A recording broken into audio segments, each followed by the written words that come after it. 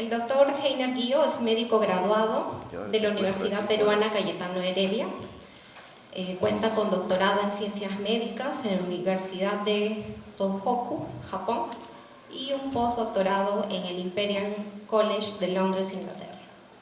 Ha recibido diversos cursos de certificación en el área de genética y genómica médica en el Departamento de Genómica del Instituto Nacional de los Estados Unidos, así como también ha formado parte del staff de investigadores del Instituto Nacional de Salud del Perú. Posee además una gran cantidad de publicaciones, más de 80 publicaciones en el área de biología molecular, genética, y dentro de sus principales logros está el haber identificado nuevos marcadores inmunológicos y genéticos en la infección por Mycobacterium tuberculosis, así como también la identificación de nuevas variaciones genéticas en el genoma de poblaciones nativas y mestizas en el Perú. En esta oportunidad, entonces, el doctor Guillo nos va a presentar su conferencia con el título Diversidad genética en la medicina de precisión. Cómo va a ir la enfermedad y también de la elección del tratamiento. Soy director médico del Centro de Investigaciones en Biomedic y también investigador docente en algunas entidades académicas. Como ustedes pueden ver, aquí tomé 2 publicaciones de la revista Nature en un término de 10 años de diferencia, y como ustedes pueden ver, esto es el número de genomas secuenciados a nivel global. Y como pueden ver, la parte de amerindia, ¿no?, la parte roja, es la que menos se está secuenciando, lo cual significa que la mayor cantidad de poblaciones son europeas, africanas, asiáticas, pero en población amerindia son casi mínima, y miren, estos 10 años no se ha hecho mucho. Ahora, se está incrementando el número de genómicas. Esto es lo que se espera más o menos para el 2025. Miren el incremento del número de genomas. Al inicio, cada genoma costaba cerca de $1 billón, muy caro. Ahora lo podemos conseguir por $3.000, $4.000 el secuenciamiento genómico. Pero miren estas estrategias que está utilizando China. China ya está secuenciando genomas por enfermedad, por cáncer, inmunología, por diagnóstico prenatal, neurobiología, microbiología. Ya no se está secuenciando solamente a poblaciones, sino a pacientes por enfermedad. Este cuadro es muy interesante también porque miren, para el año 2100, cómo la población asiática va a disminuir, la población africana va a aumentar, la población europea va a disminuir significativamente de 22% a 6%, la población latinoamericana se va a mantener. Pero lo que estamos secuenciando actualmente, miren, la mayoría pertenece a población europea, una población que va a disminuir en cantidad. ¿Y cuánto estamos en población asiática? Y miren lo que queda de los latinoamericanos, lo cual significa que cuando más necesitemos en el futuro hacer el diagnóstico con herramientas genéticas, no vamos a disponer de suficientes secuencias genómicas secuenciadas. Esto nos hace llevar a que definitivamente tenemos que poner atención a promover estudios de genética y genómica de poblaciones y también por enfermedad. La Organización Mundial de la Salud ya hace más o menos 10 años estableció un programa de genética humana. Después migró a una iniciativa en genómica y salud pública. Ahora ya tiene un programa de genómica humana y salud global y tiene una portada dentro de la página web de la Organización Mundial de la Salud, donde favorece estos estudios de genómica en poblaciones, no solamente de recursos limitados, sino de experiencia limitada. Y también, como parte de ello, ha sacado un brochure para donde se instruye a los investigadores acerca de la implementación, las colaboraciones, los asuntos éticos, legales, y cómo esto debería ser trasladada de la parte de investigación a la parte médica. O sea, ya definitivamente la Organización Mundial de la Salud sabe que va a ser una necesidad los estudios genómicos en el futuro. Pero vayamos ya un poco más a contextualizar de cómo utilizar estos datos. De los estudios genómicos de las poblaciones que se han realizado, se han encontrado patrones de referencia.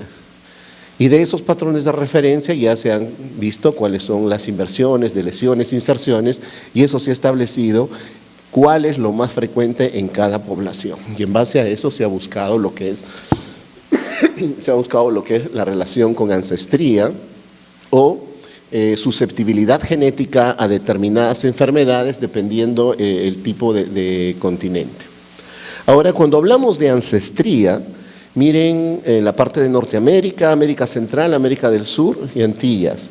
¿Cuál es el componente nativo que nosotros tenemos? El componente nativo es la parte azul. Y como pueden ver, en la parte de América del Sur, la cual dentro de América Latina es la que menos ha aportado de secuencias genómicas, se ve que tiene más componente nativo. Los primeros países que han secuenciado han sido Estados Unidos, Europa, población caucásica. Y las variantes genéticas que se han identificado, las secuencias que se han identificado, se han hecho en base a estos primeros hallazgos en esta población. Pero si se dan cuenta en las rutas migratorias, cuando hemos llegado a la parte de Latinoamérica, hemos sido los últimos en la escala migratoria. Entonces tenemos secuencias genéticas que todavía no han sido identificadas y probablemente muchas de ellas van a dar la parte de susceptibilidad o resistencia para desarrollar una enfermedad, y eso es el trabajo que tenemos que hacer nosotros en los próximos años. Y básicamente estas frecuencias van a ser tanto en frecuencia de alelo, que son más comunes, ¿no? Y las que son muy raras. Las que son muy raras generalmente van a ser las que terminan en las secuencias mendelianas, ¿no? Que se van a hacer hereditarias. Ahora, cuando nosotros vamos a determinar una secuencia genética y esa secuencia va a estar asociado, tomo un grupo, este va a ser un control y esto va a ser un grupo que tiene la enfermedad, ¿ok? Y esta secuencia va a estar más frecuente en los que tienen enfermedad, vamos a catalogarlas en patogénicas, casi patogénicas, de significado incierto, ¿ok? Son patogénicas porque se encuentra en la mayor parte de los pacientes que desarrollan la enfermedad en una población. Pero recuerden que esto es dinámico, esto se ha hecho en las primeras poblaciones caucásicas y no necesariamente se debe reproducir en una población asiática o en una población latinoamericana. Entonces, ¿cuál es el primer consejo que les doy de esta charla? Primero, que las variaciones genéticas, estas son por el American College of Medical Genetics and Genomics, esto es variable. Una secuencia patogénica puede llegar a ser casi patogénica o de significado incierto, y esto va a depender de que el número de pacientes se vayan haciendo y vayan incrementando. Se recuerda que esto ha sido catalogado por el número de pacientes en estudios de investigación. Si esto aumenta puede pasar, inclusive hay variantes de significado incierto y pueden ser fuertes. Entonces, el primer consejo es cuando ustedes se hacen un test genético, deben repetirlo en 5 años, porque estos resultados es hasta el día de hoy usando la base de datos del día de hoy, pero esto puede cambiar en 5 años. Así que lo que ustedes reciben de resultados de un estudio genético podría cambiar en 5 años. Si en 5 años no cambia, entonces probablemente son las secuencias genéticas que se tienen para el paciente. Al día de hoy, básicamente estamos dando, después de ver una historia clínica, estudios bioquímicos de cultivos, estamos dando tratamientos estándares, correcto. Pero ya esto en algunos años, es más, al día de hoy, ya se puede establecer estudios genéticos para identificar no solamente qué tratamiento va a ser el más adecuado, sino la concentración de drogas de acuerdo al metabolismo que va a tener ese paciente. En un estudio que hemos hecho aquí en Perú, en el área de tuberculosis, hemos encontrado que la isoniazida en los pacientes con tuberculosis sería la primera causante de de tener todos estos trastornos metabólicos, y la rifampicina se metaboliza rápidamente en los pacientes peruanos, lo cual significa que debemos incrementar la concentración de droga de rifampicina. ¿Qué pasa si no se aumenta esta concentración? Se crea resistencia porque se está dando con una concentración disminuida, ¿no? Entonces, esa es la causa, la principal causa de la monoresistencia en Perú a la rifampicina, con estudios de hace 5 o 10 años, y eso lo hemos corroborado en nuestros estudios. Eso es en el área de farmacogenética. Con estos estudios ya podríamos elegir la droga y la concentración. Esto ya lo están usando en Japón hace 5 años para pacientes de tuberculosis. Y aquí, que tenemos alta incidencia, todavía no estamos poniendo atención y usando estos conceptos. Ahora, ¿qué parte de todo el ADN le vamos a poner atención? Solamente al 2%, que es la parte codificante. Todo lo que vamos a secuenciar es la parte codificante. Lo demás del ADN son regiones intrónicas, o de regiones que enlazan las regiones codificantes. Aún así, todavía tenemos una alta información que descubrir, ¿no? Entonces, seguimos descifrando toda esta información. El estudio que empezamos aquí en Perú con el Instituto Nacional de Salud, hace ya 10, 12 años hemos generado una cantidad inmensa de datos, y creo que en 20, 30 años vamos a terminar de analizar eso si seguimos como estamos, ¿no? Básicamente, en el día a día, lo que descubrimos en el área genética es como este chorro de agua que tenemos aquí, pero lo que nos queda es toda esta información en el ADN por descubrir.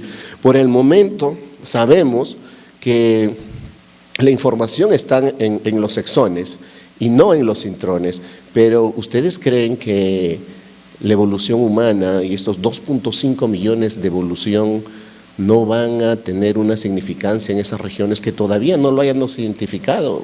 Puede ser.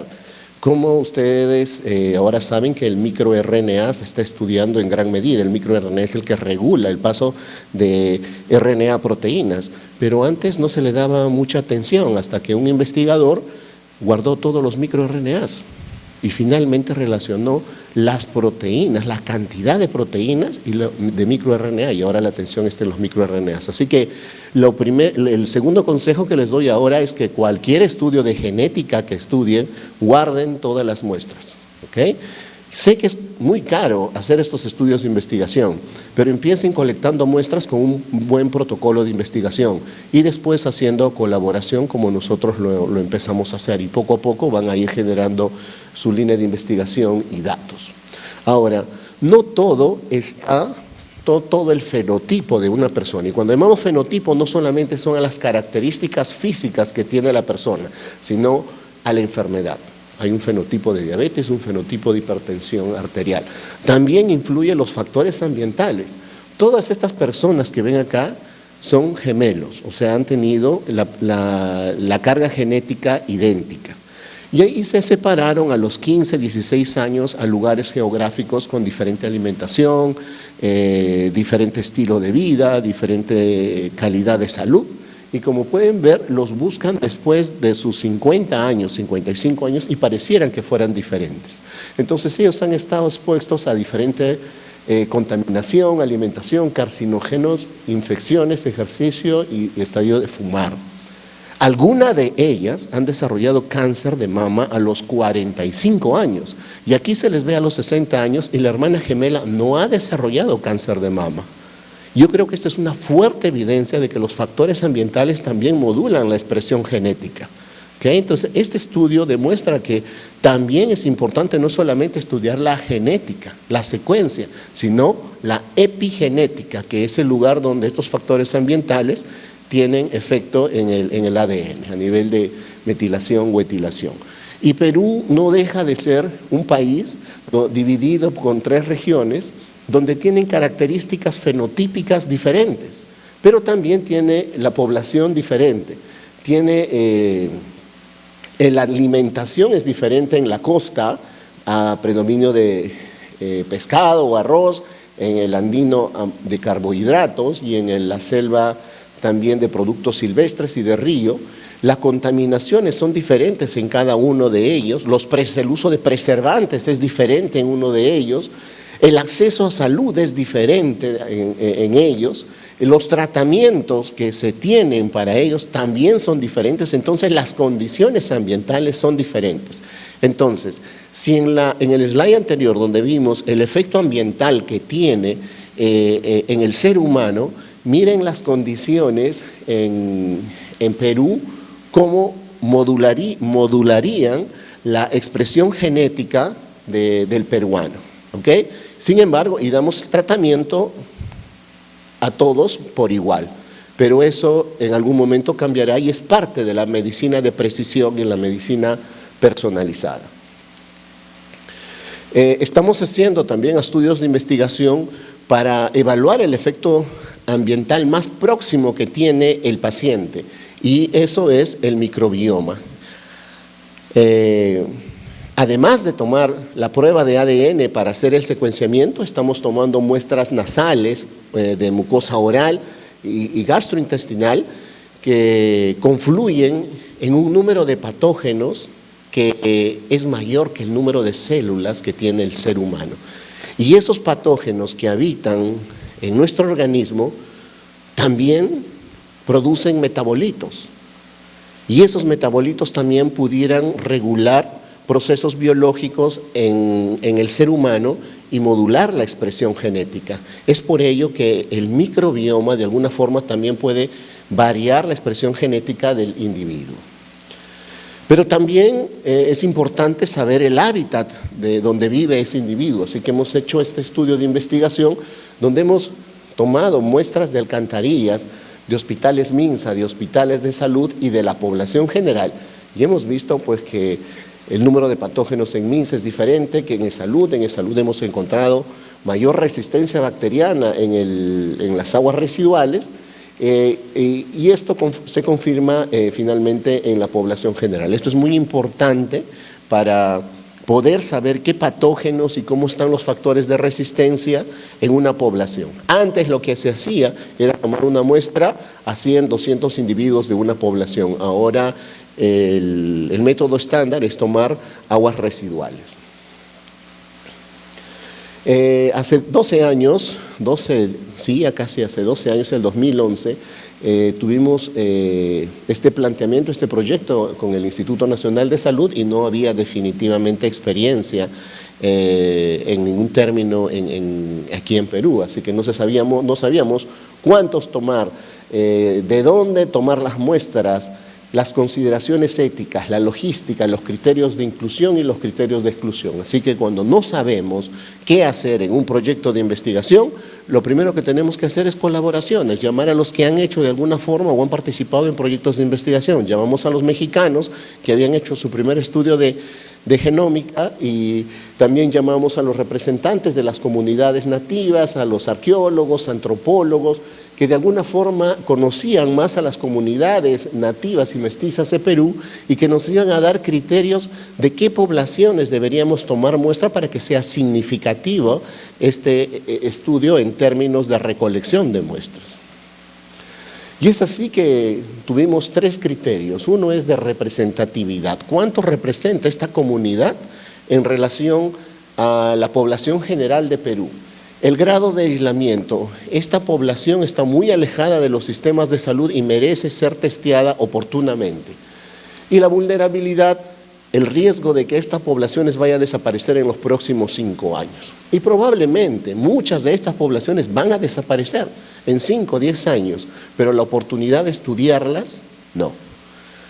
Y en base a esto decidimos hacer 17 poblaciones nativas y 13 poblaciones mestizas, pero también distribuidas geográficamente para después hacer los estudios bioinformáticos y ver cómo han sido los procesos de migración a Perú, desde que llegaron a habitar a esta parte de Perú. Ahora sí.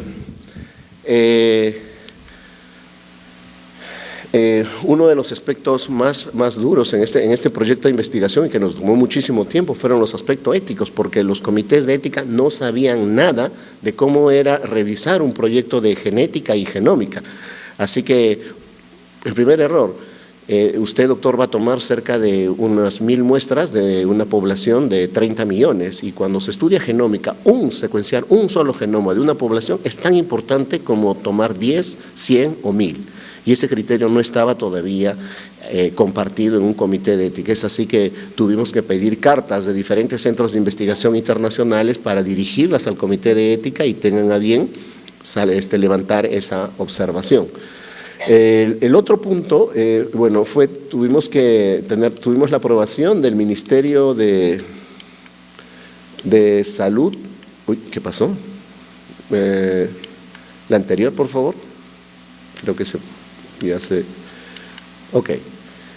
Del Ministerio de Salud, después de la aprobación del Ministerio de Salud tuvimos las aprobaciones de la DIRIS, después de las municipalidades, después de los poblados y después del APU que representan la comunidad nativa y finalmente del nativo. O sea, se dan cuenta, son 6 consentimientos informados para tomar una muestra de un nativo. Entonces la parte, creo que ética, se pudo de alguna forma instalar a través de este proyecto y de esta experiencia.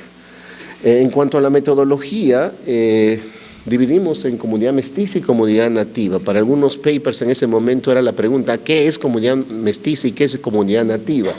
La comunidad mestiza para este estudio era el individuo que pertenecía a una región Loreto, región Ancash, región Piura. Pero para una comunidad nativa debería el paciente haber nacido en la comunidad Matsés, por ejemplo, una comunidad cerrada, pequeña. Papá y mamá haber nacido en esa comunidad Matsés y abuelos en esa comunidad Matsés. Eso nos aseguraba que el individuo era nativo para esa comunidad. Quechua, queros, machillengas, aguajún, los que teníamos que tomar. Se tomó una muestra de sangre, una extracción de ADN. Primero hicimos un testeo con microarreglos para evaluar la diversidad genética. Cuánto teníamos de europeos, asiáticos, africanos. Esto nos ayudó muchísimo el doctor Eduardo Tarazona en Brasil para identificar este grado de ancestría. Pero ustedes me dirán, doctor, pero ¿para qué usar las muestras de los nativos y los mestizos en un array que tiene variaciones genéticas ya instaladas de estudios previos de africanos asiáticos? Queríamos saber qué variantes eran propias de nuestra comunidad y solamente hay una forma de hacerlo, es secuenciamiento genómico total. Y para eso aplicamos con la Universidad de Maryland a un fondo y solamente para secuenciar 150 genomas y ahí identificamos los nuevos polimorfismos que eran propios en la población peruana o al menos se reportaban por primera vez y sale nuestra primera publicación. Hasta esa fecha en este proyecto se cerró con 1076 muestras, 738 se han hecho con microarreglos y 150 genomas. Estas muestras están preservadas en el Instituto Nacional de Salud como un patrimonio biológico de estas comunidades nativas para cuando se requiere en el futuro y las tecnologías sean mayores que en la actualidad puedan ser retiradas para hacer mayores estudios, por ejemplo, de epigenética. Ahora, la validez que tiene los análisis que se hizo una cobertura de 35 y 45 por. La cobertura es un procedimiento donde se secuencia, por decirlo, 1, 2, 3, 4 veces. A mayor número de cobertura vamos a tener una mayor precisión de que la secuencia que nos va a dar va a ser la más cercana a la realidad. Y generalmente lo más conveniente en estudios genómicos actuales es una cobertura mayor de 20. Para este estudio la tuvimos entre 35 y 45, o sea, metodológicamente estábamos bien, solamente Cuando nosotros analizamos un gen, por ejemplo un gen pequeño que es del BRCA, asociado al cáncer de mama, tenemos que tener una cobertura de 200 por, y cuando analizamos mutaciones somáticas tiene que ser de 1500, ¿ok? Solamente para que se lleven como idea. Este estudio de investigación, cuando se reportó, hasta ese momento habían 11 millones de variantes genéticas reportadas a nivel global. Nosotros encontramos 3.3 millones de nuevas variantes genéticas. ¿Por qué? Porque utilizamos un criterio metodológico muy estricto, sobre todo para comunidades nativas. Esas comunidades nativas tenían en su ADN toda la información de la evolución y desde migración desde que llegaron a esta parte del continente. Es por eso que tuvimos esto y este es el aporte del Perú a la base del genoma humano, que representa un 30%. Como ustedes saben, dentro del ADN hay regiones codificantes y no codificantes. La siguiente pregunta será, doctor, de lo que usted encontró, ¿cuántas variaciones genéticas son realmente significativas? ¿Cuántas de ellas realmente cambian de aminoácidos, modifican la proteína y probablemente tengan un potencial en desarrollar una enfermedad o una patología? Y esto es lo que encontramos en no codificantes. Y eso es lo más importante, el 22.5% de esas variantes genéticas cambiaban de aminoácidos. O sea, sí hay un número de variantes genéticas importantes en la población peruana que cambian las proteínas que son secretadas y probablemente tengan un efecto para susceptibilidad o resistencia para desarrollar una enfermedad.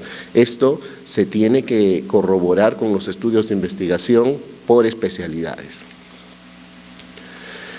Finalmente, lo que encontramos, la ancestralidad, el concepto de ancestralidad es cuánto un individuo tiene de variaciones genéticas a europeo, que es la barra roja, azul africano y verde a nativo. Cuando en un proyecto de 1000 genomas, esto era lo que representaban a Lima. Como pueden ver, en la población limeña hay más porcentaje de ancestría de nativos, en Colombia más de europeos, y en nuestro estudio, cuando fuimos a Cusco, encontramos también más representatividad de nativo, en Trujillo encontramos un componente importante africano, y en Iquitos definitivamente eran más nativos.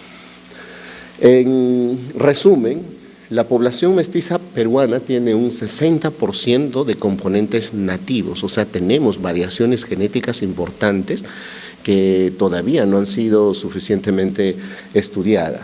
Esto lo pueden obtener de esta publicación. Y sin embargo, cuando estudiamos a poblaciones nativas, esto incrementa hasta 90%. O sea, es un componente nativo bastante fuerte en poblaciones como las que tenemos sobre todo en las del sur, en los suros, aymaras, básicamente ahí estaban el 90% de nuevas variaciones genéticas. Y estos estudios también nos han ayudado para ver cómo es el contexto de migración cuando llegamos a América. Pero también nos ha ayudado a conocer de que no existe un solo mestizo peruano. El mestizo varía de acuerdo al norte, al centro o al sur y dependiendo a las comunidades nativas que están cercanas a ellos. Los del sur, al tener un componente, una comunidad quechua importante, tendrán más componente quechua. Los de la selva, un componente náhuatl, shipibo, matsés, y en el norte del Perú, un componente tayán, moche y chachapoyas. ¿Y por qué esto es importante? Porque ya cuando esto lo trasladamos a la parte médica, vamos a encontrar enfermedades que son muy prevalentes en algunas zonas. Por ejemplo, en cáncer de mama. Cuando vienen pacientes, muchos pacientes de cáncer de mama, vienen del norte de Perú, de Piura, y generalmente vienen en unos estadios muy difícil, de difícil tratamiento. Entonces, ¿qué está pasando ahí? Probablemente hay una nueva variante genética que, siendo identificado oportunamente, este paciente podría beneficiarse de tener mamografías más seguidas o tener otros tipos de estudio para no dejar que ese tumor crezca y después ya sea de difícil tratamiento y de difícil pronóstico. Esa es la ventaja de hacer estos estudios en una población.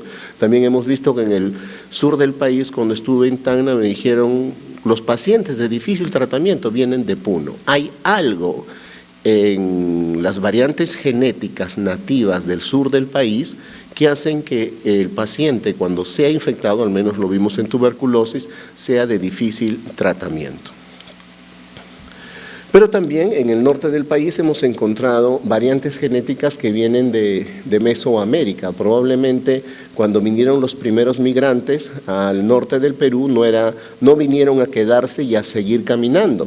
Vinieron y regresaban y venían, ¿no? Entonces por eso que encontramos componentes mesoamericanos que también valdría la pena tenerlas en cuenta cuando uno va a realizar los análisis. Hasta aquí lo que hemos realizado, pero siempre hay algo para mejorar en un proyecto de investigación y queremos que nuestros hallazgos sea parte de una película, y esa película incluye nuestro pasado. Entender el futuro de la genómica es tan importante como entender el pasado. Ya estamos incluyendo en nuestros estudios lo que es ADN antiguo, para saber que estas variantes genéticas se han establecido hace 1000 años, 2000 años, 3000 años o 5000 años, o si llegamos con esas variantes genéticas. Eso solamente lo podemos hacer con ADN antiguo. Hemos instalado un laboratorio en algunos lugares arqueológicos y estamos a través de un proyecto que se llama 1000 genomas, donde estamos incluyendo ADN antiguo, ADN contemporáneo, controles sanos, patologías prevalentes, microbioma ambiental, como los había comentado, y como también microbioma de los pacientes. Esto lo hemos hecho ya el primer estudio en la Universidad de Huánuco, donde hemos montado un laboratorio de fácil acceso a comunidades que están sobre los 3000 metros y también comunidades que están cerca a la Amazonía, para hacer todos los procesos en este lugar. Y ya no baje nada Lima también como una iniciativa de descentralizar la investigación desde Lima hacia provincia. Y lo hemos hecho en colaboración con el Instituto Pasteur, la Universidad de Harvard y la Universidad de Barcelona.